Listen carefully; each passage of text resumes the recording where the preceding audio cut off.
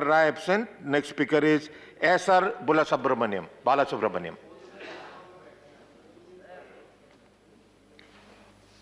Mr. Vice Chairman,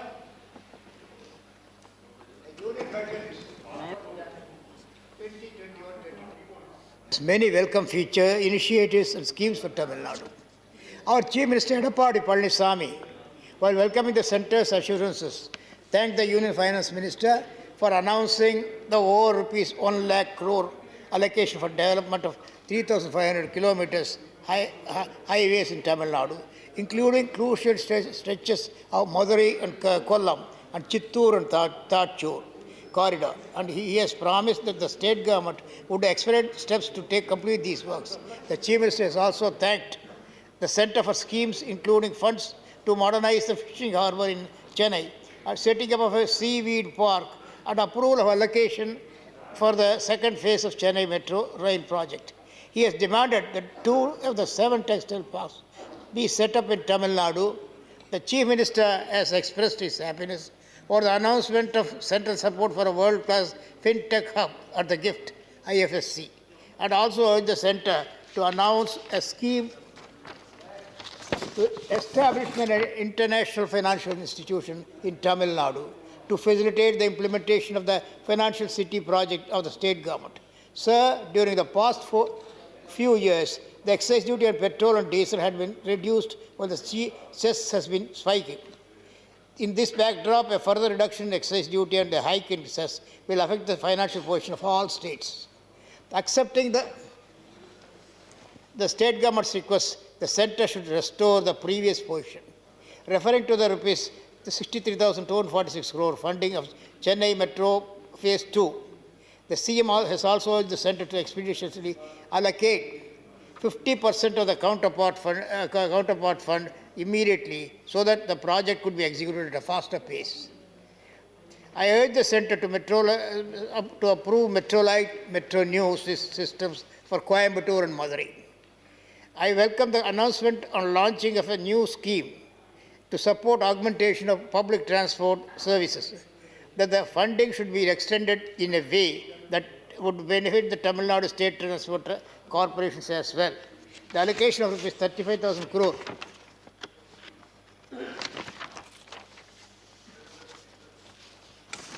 COVID vaccines is timely and has to be lauded.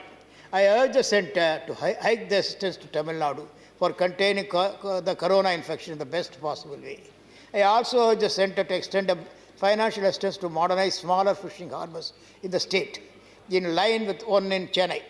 The establishment of a few new financial institutions will benefit all the states since ₹5 lakh crore could be availed through this institution. Sir, the petroleum prices have soared. It has touched ₹103 in Bombay for 1 litre of petrol. Even in Coimbatore, yesterday it was ₹90.25 at 30 paise.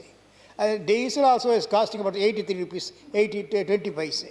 This is skyrocketing, about nothing but skyrocketing. But actually, the crude prices have crashed. It has come to the rock bottom. It is hovering around 30 to 40. 30, it was 75, 85 and everything. Yeah, the prices of this petrol and diesel have gone up by even this for 30, 40. It's not fair. They are repeatedly asking the state governments and the centre indulging in levying duty is too much, in my opinion. That should be avoided. The levying of duty must be definitely avoided. It is because of that every individual is suffering today. That sufferance must not be there. That's what I wanted to mention, and I appeal to the Prime Minister, I appeal to the government and the Finance Minister also to take away this duty, too much of duty, and they can adopt some other method to repay the state. That is the position. That is my position.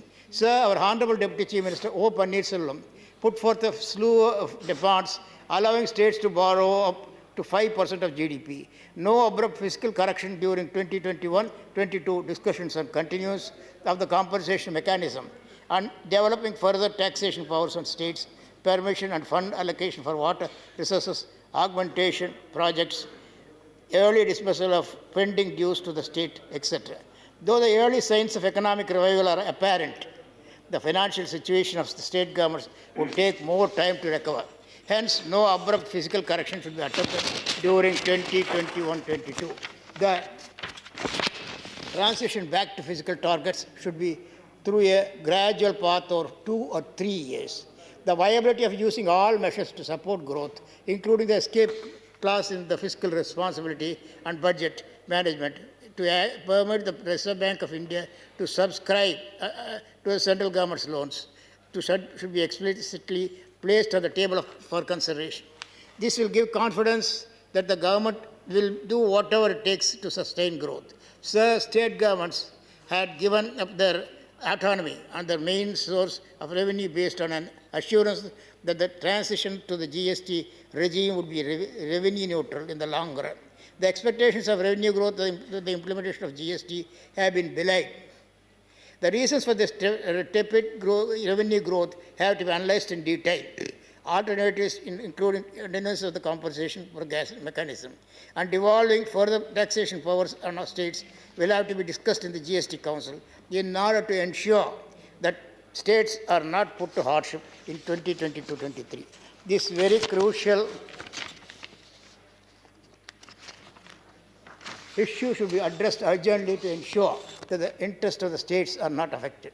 With regard to the local body grants in the first report of the 15th Finance Commission, the All India ratio of rural to urban population was applied uniformly to all states, for all states. In more urban states like Tamil Nadu, this deprived urban areas of much needed funding. I request that this anomaly should be set right when the final report of this Commission is implemented during 2021-22.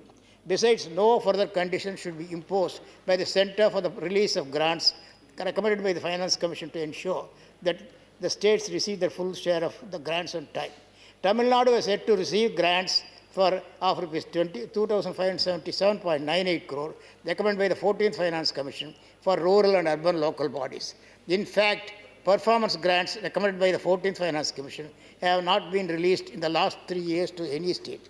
I therefore urge the Union government to expect the release of the same. Tamil Nadu has a long track record of efficient implementation of external aided projects, which later serve as models for other states and countries in project design and execution.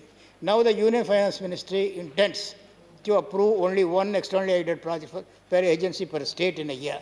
Such an abrupt change in policy greatly disrupts our development plans. So the projects that are at an advanced stage of consideration should be approved for implementation without any restrictions and limitations. At present, rupees 19,599.63 crore, including pending GST compensation claims, arrears related to 13th and 14th Finance Commission grants to local bodies, and pending grants for programs including Sarva Shiksha Abhiyan, Rashtriya Madhyamik Shiksha Abhiyan, Right to Education Act, Flood Management Program, and Post-Matric Scholarship scheme is due to Tamil Nadu. I request the Centre to release dues at the earliest. Sir, there is an uncertainty over the railway project reconnecting Morapur and Dharmaburi railway line.